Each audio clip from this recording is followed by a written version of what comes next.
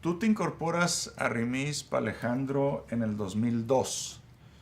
Era un Rimisp muy diferente, muy pequeño. Éramos muy pocas personas.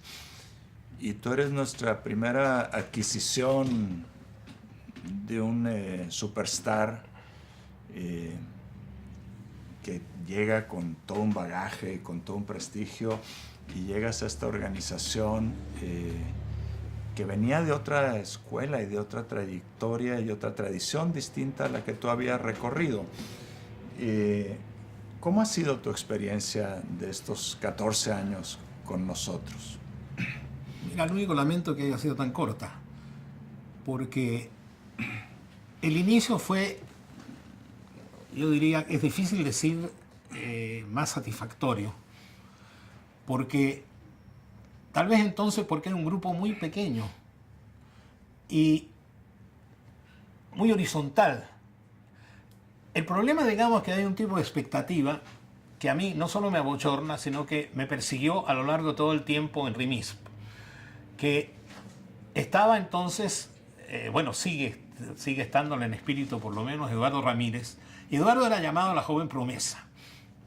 Y la joven promesa ve que llega este viejo lleno, digamos, de galones y empieza a tratarme como alguien que va a ser el fruto de su futura inspiración. O sea, el hombre con que el diálogo va a ser muy apreciable y muy necesario. Y no pasó mucho tiempo en que era la cosa al revés, que como me ha pasado siempre, que mis ayudantes de investigación terminan dirigiendo lo que yo hago. Y entonces el Eduardo, por supuesto, se frustró seguramente, decidió entonces que se acabó el gurú y en tercer lugar empezó a criticarme mi teoría de la economía campesina de manera bastante activa en los seminarios, lo cual era otra de las gracias que tenía, digamos, Rimisp, que había, digamos, yo me acuerdo de la evaluación que hizo entonces este inglés Tony Bevington, que dice efectivamente lo que Rimisp era. Yo no podía explicar a otros qué es lo que era. Primero, no entendían, que un grupo tan minúsculo estuviera, digamos, produciendo cosas de una escala que lo trascendía en términos del impacto de sus cosas fuera de América Latina, en la recepción que tenían distintos ámbitos, digamos, de las universidades de América Latina, y que sin embargo, como equipo, entonces, primero, yo mismo no entendía de que su fuerza estaba en tener un núcleo sólido y serio, pero sobre todo de ser una red fantástica de aliados que confiaban en él y que él confiaba en ellos. Entonces para mí era una gran sorpresa ver que esto que era un núcleo era en rigor una cosa de una escala bastante impresionante en América Latina, bastante desconocida en América Latina, porque habían centros, digamos, de gran competencia como GRADE en Perú o el Instituto de Peruanos y otros, e incluso debates agrarios y rurales que trascendían, digamos, la escala del país, como lo que hacía en Perú con la serie esta que ellos publicaron. Y sin embargo, digamos, este pequeño núcleo producto de estas, con la diferencia de que GRADE estaba concentrado en los temas de su país y Rimisp aparecía entonces vinculándose a América Latina. Y se encontró con que era muy difícil explicarle a nadie qué es esto de Rimisp.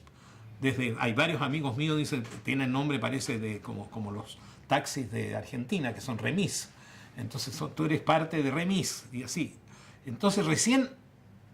mucho más adelante, con Manuel Chiriboga y otros, pasamos a ser Centro Latinoamericano de Desarrollo Rural, porque pasó el tema de desarrollo rural y ese enfoque de desarrollo a reconocer, digamos, a Rimisp. El problema para mí entonces, y por eso, digamos, hoy día estoy en la quinta jubilación de mi vida, era el ritmo y la profundidad del trabajo que se hacía acá. Entonces, y recuerdo, digamos, de los diálogos con varios de los colegas, de decirles, mira, conversé con Julio, me dice que en ese artículo, bueno, en un mes y medio, yo le digo, bueno, en 4 meses. Le digo, bueno. Y efectivamente, y entonces yo encontré, vengo de un lugar donde se gana mucho y se trabaja poco, a un lugar en que ya no se gana tanto y se trabaja el doble. Y ya no estaba en condiciones de mantener, y sobre todo que la institución creció. Y a mí me parecía muy chistoso eso de estar circulando acá, encontrar un montón de gente que ya no conozco, que me saludaran con cierta simpatía, como decir, este viejito que anda aquí por los pasillos, y efectivamente me doy cuenta que tiene una escala que me supera, incluso en términos de la calidad de lo que está produciendo. Me siento más como un beneficiario de lo que se está produciendo que alguien que pueda contribuir a seguir produciendo. A ti te toca en este periodo en que tú te incorporas una serie de cambios grandes en RIMISP,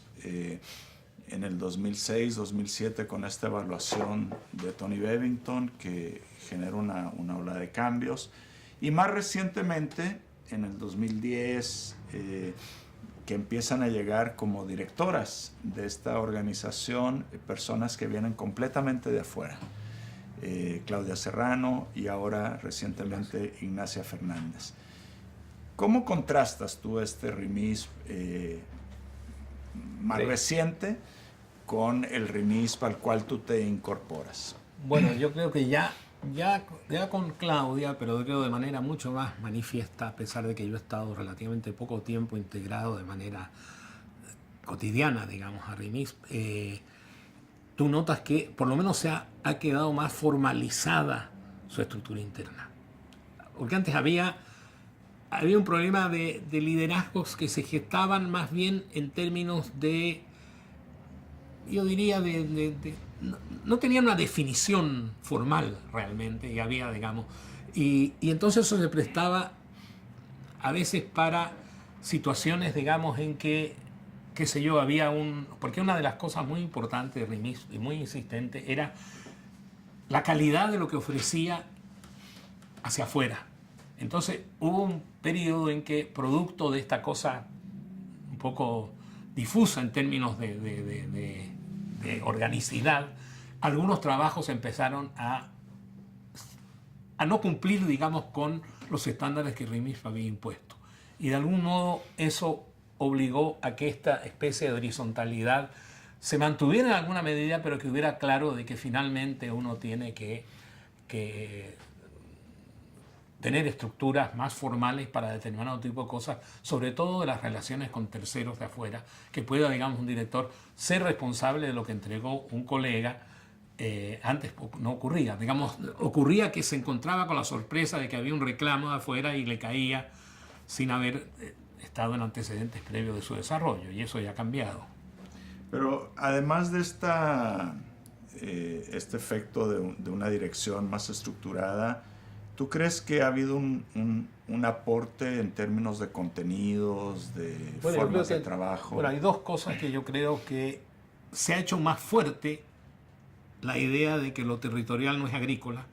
más fuerte incluso conceptualmente en términos de la propia presencia de no agraristas, de no agrarios, digamos, dentro de la... Y en ese sentido, RIMISP abrió su abanico hacia afuera, al extremo que hoy día, digamos, lo rural termina siendo como una especie de mochila que tiene la virtud de que reconoce, digamos, su origen, y a partir de ese origen su propio desarrollo, pero no da cuenta a quienes ven Centro Latinoamericano de Desarrollo Rural, no da cuenta de que hoy día su centro está más bien en los vínculos urbanos rurales y en fortalecer el peso, digamos, que las ciudades de determinada escala pueden jugar en los procesos de desarrollo espacial, que son específicos y distintos a los de las grandes metrópolis, que tienen su propia lógica y tienen su propia razón de ser sujetos de teoría. Y precisamente porque se da eso con las metrópolis, se pierde en el caso de los centros urbanos de determinada escala, que son de influencia decisiva de su entorno de recursos naturales, sea agrícola o no agrícola.